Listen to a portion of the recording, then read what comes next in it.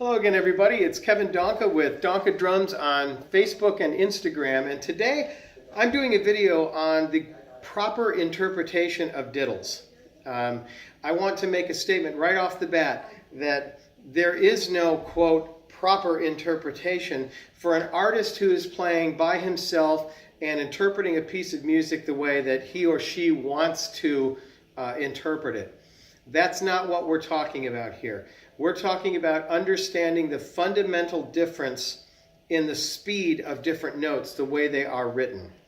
And it's really crucial that before you start trying to interpret and change and present things your own way, that you understand with a good foundational base what each thing is supposed to be mathematically.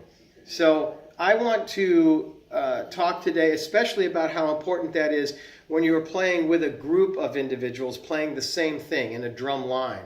It's really important for you to be able to play the same thing exactly the same way in order to play clean. And there's a difference between playing clean, which is precisely together, and playing together, which is kind of together. It's not the same thing at all. It's important to not only understand what's supposed to be played, but to listen to each other to be able to play that together. Now, having said that, the first thing I want to do is play this pattern for you.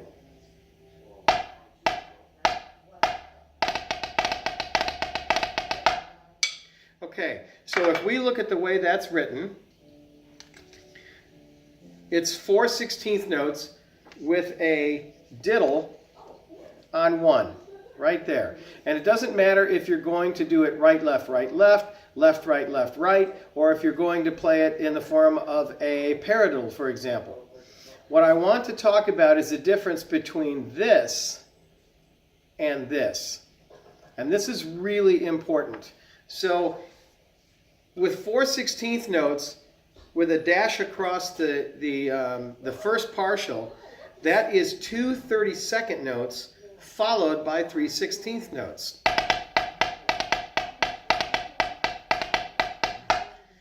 The diddle is exactly twice as fast as the 16th notes.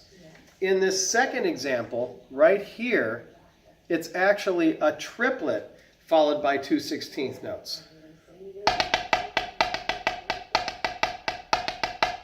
Now, that's easy to hear when you play slow. If you listen carefully, you can even hear when you play fast.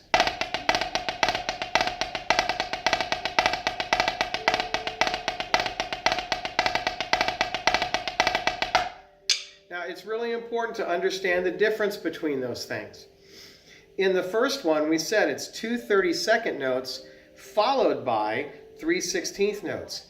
In the second example, it's 3 24th note triplets followed by 2 16th notes. Now, if you play really, really fast, it's harder to hear the difference between those two things. But they are different. Now, that leads me to helping us understand that these three patterns, playing a diddle on the first of 4/16 notes followed by a quarter note, or a diddle played on the second of 4/16 notes on the E followed by a quarter note, or a triplet followed by 2 16th notes ending with a quarter note. Many people play these rhythms exactly the same way.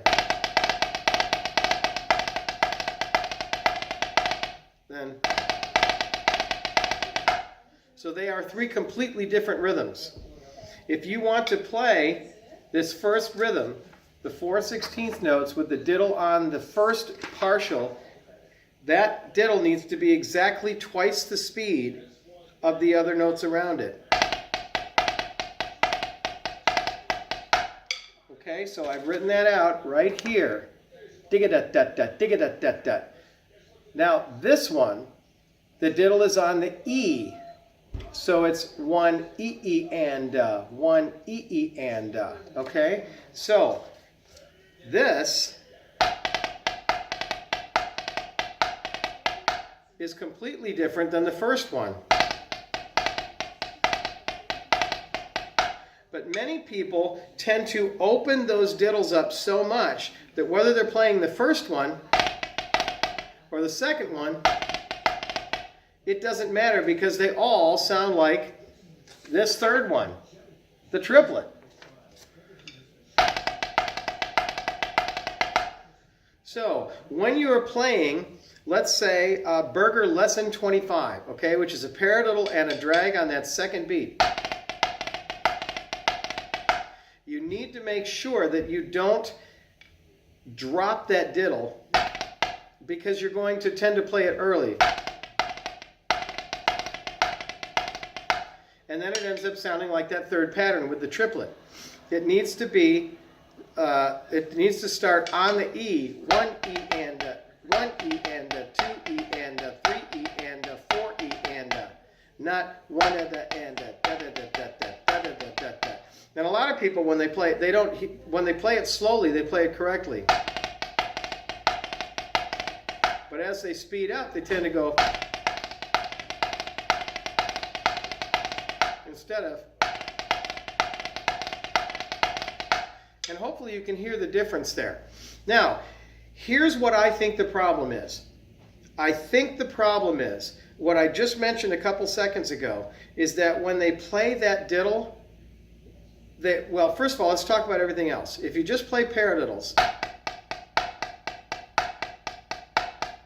you're probably playing your accents from about 12 inches and your taps around 3 to 4 inches. So what we want to do is we want to make sure that when we play a double beat on that E, that we're coming from tap height. You have to actually lift your stick up to playing height to play that. If you just drop it from here and make it like a grace note, you're going to tend to just drop it early instead of,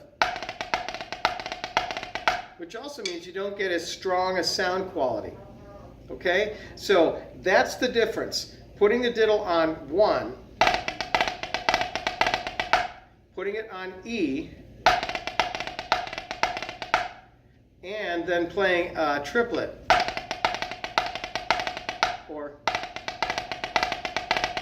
Or, okay, so that leads me to the last sheet.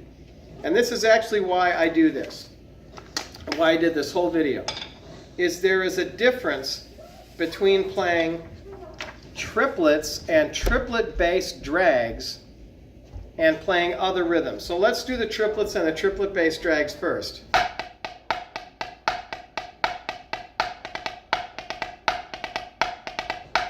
So that double beat still starts in the same place. 1 and a, 2 and a, 3 and a, 4 and a, 1 and a, 2 and a, 3 and a, 4 and a. Triplet, triplet, triplet, triplet. I'm not starting it early.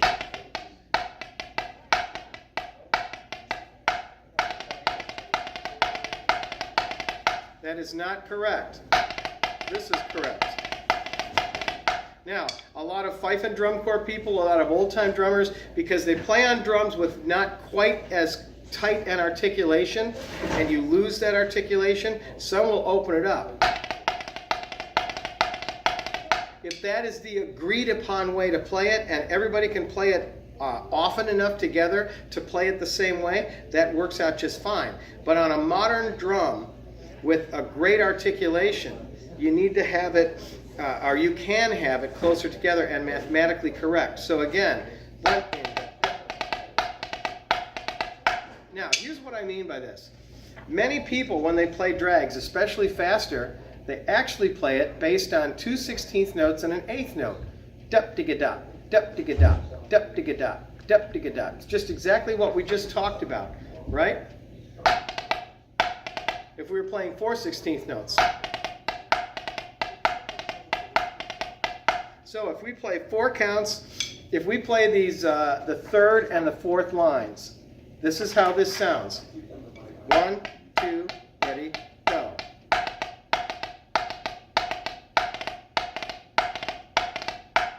Now, the problem is, many people play a triplet check pattern, and then they close that diddle down and actually play. So what they actually play is they play the first line and they play the fourth line. So they end up having something that sounds like this.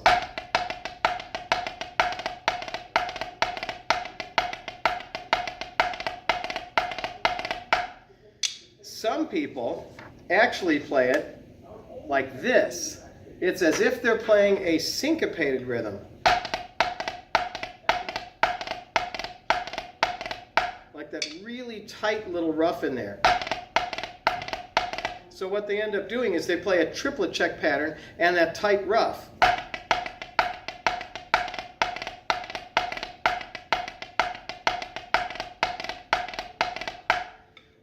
Which actually would be written like this. So it's very important to understand the difference between triplet drags, sixteenths, eighths, and the syncopated version. Again, if you are just simply playing by yourself and you're playing on a drum set or you're playing a solo and you want to interpret it that way, that's fine. But it doesn't work that way when you're being judged in a contest, when you're supposed to play it the way it's written, when it needs to be mathematically correct, especially for like a drum line. Now, here's the last point I want to make.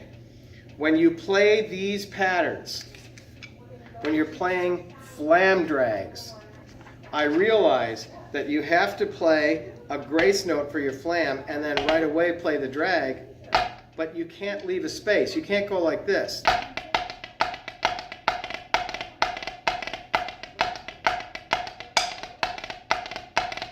What you're actually playing, if you play it that way, is you're doing this last line and putting a flam on every accent. You're playing this syncopated version. So what you need to do is start out slowly and learn how to play it correctly, get the muscle memory, and work and work and work and give yourself time to develop the ability to play good drags. It should sound this way. Whether you're playing flams, whether you're playing just taps.